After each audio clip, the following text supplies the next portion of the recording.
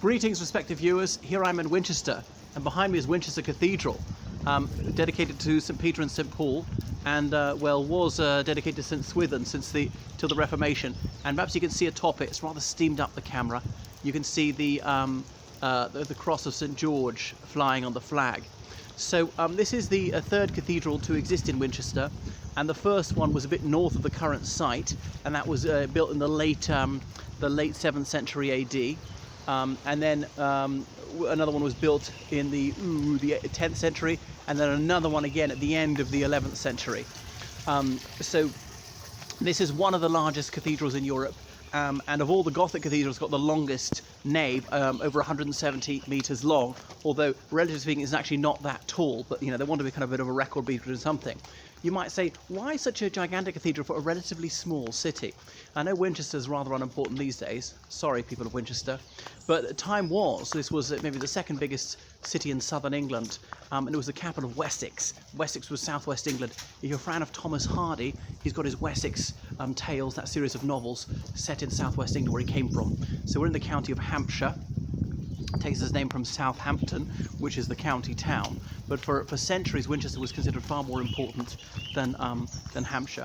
So remember, England wasn't one kingdom in any sense till to the 9th century AD, and even then it was quite contentious. It wasn't fully united until well into the 11th century. But so Wessex, this kingdom, had Winchester as its capital. And the Danes came over in the late 9th century, and there was lots of fighting, and the English lost control of the eastern part of their country, particularly the northern part of their country. So so Winchester was the capital of England, and then you know, Egbert proclaimed himself King of England, even though he didn't even control half of it. But he was from the House of Wessex. So that Anglo-Saxon dynasty of monarchs, they were the House of Wessex, and so the current Queen is descended from them. But so obviously they intermarried. So England was divided into several kingdoms. Remember, until, oh my goodness, I think it's the early 8th century, when the Venerable Bede, that monk from Jarrow, wrote an ecclesiastical history of the English people. There was no word England or English. There was no concept of England. He invented it because the Anglo-Saxons came over from what's now the Netherlands and Germany, and the mainland part of Denmark, you know, Saxony and Germany, Saxony-Anhalt, Lower Saxony. And so, you know, he could, instead of for Anglo-Saxon and turning into English, he could have gone with the Saxon bit instead of the Angle bit. And so he could have called this country Saxon land, and the people Saxonish. But they were known as Saxons even into the 12th century AD. My God, it's rainy. I hope visibility isn't that poor for you. It's quite bad on the screen as I'm seeing it. Anyway, so 7 kings of England are buried in here, mostly from, were buried in here, mostly from the House of Wessex, although some of them were subsequently exhumed and reinterred elsewhere. So there's a bit of a flood here.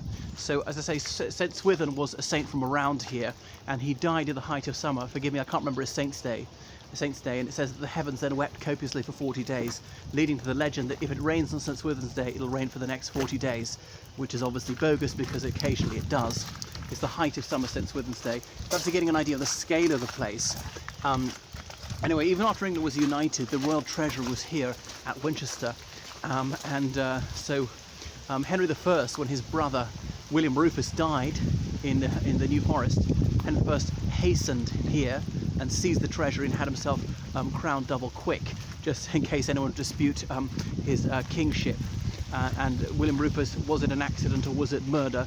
You know, Sir Walter Tyrrell shot him with an arrow, but that could have been just by mistake, because you know, they're riding horses trying to shoot a stag. Their arms are being jogged by the movement of the horses, so he could easily accidentally shoot someone when he was actually trying to fire his arrow at an animal. So getting an idea of the size of Winchester Cathedral. And indeed, Jane Austen is buried in here because she's got ecclesiastical connections, her father having been an Anglican clergyman in Hampshire, you know, in this county. So you see how big it is. I'm going to have to wipe this off because it's just so difficult to see what's happening. It's really wet and steamed up. Pity, I've got to be able to do something about it. But anyway, I hope you can hear me okay with this microphone in.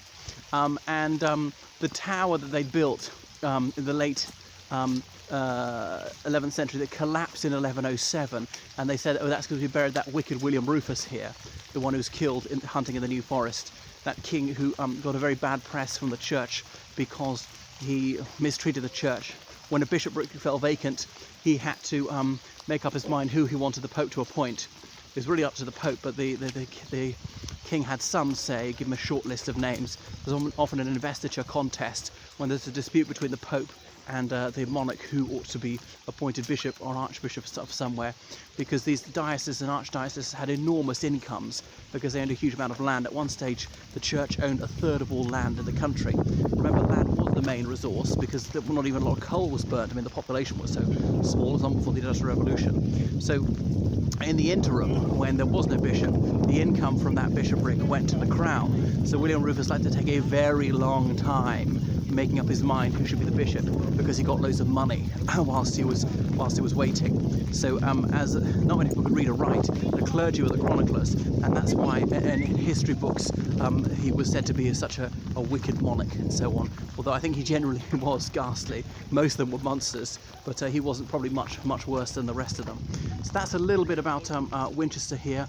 And there was a Benedictine abbey, or a priory here rather. It was closed down at the time of the Reformation by Henry VIII, when he seized loads of property for himself. So William of Wykeham was the bishop here in the late 13th century, and in say 14th century. In 1381 he founded Winchester College, which is only a stone's throw away. For leaders in church and state. It was a time of King Richard II, the boy king. It was the year of the Peasants' Revolt. Indeed, it was founded. He was 14 years old when he founded this school, and then 59 years later, Eton was founded by William Waynflete, who was also Bishop of Winchester. So the person here was a bishop, not an archbishop, but of all the bishops in England, is maybe the most important, arguably the Bishop of London. So look at the size and scale of the cathedral of most exceptional grandeur. So these mortuary chests for various monarchs in there. It's just gone so blurry, you can't see anything because of the rain. But anyway, I'll carry on speaking a little bit. I hope I'm not ruining my phone in the wet.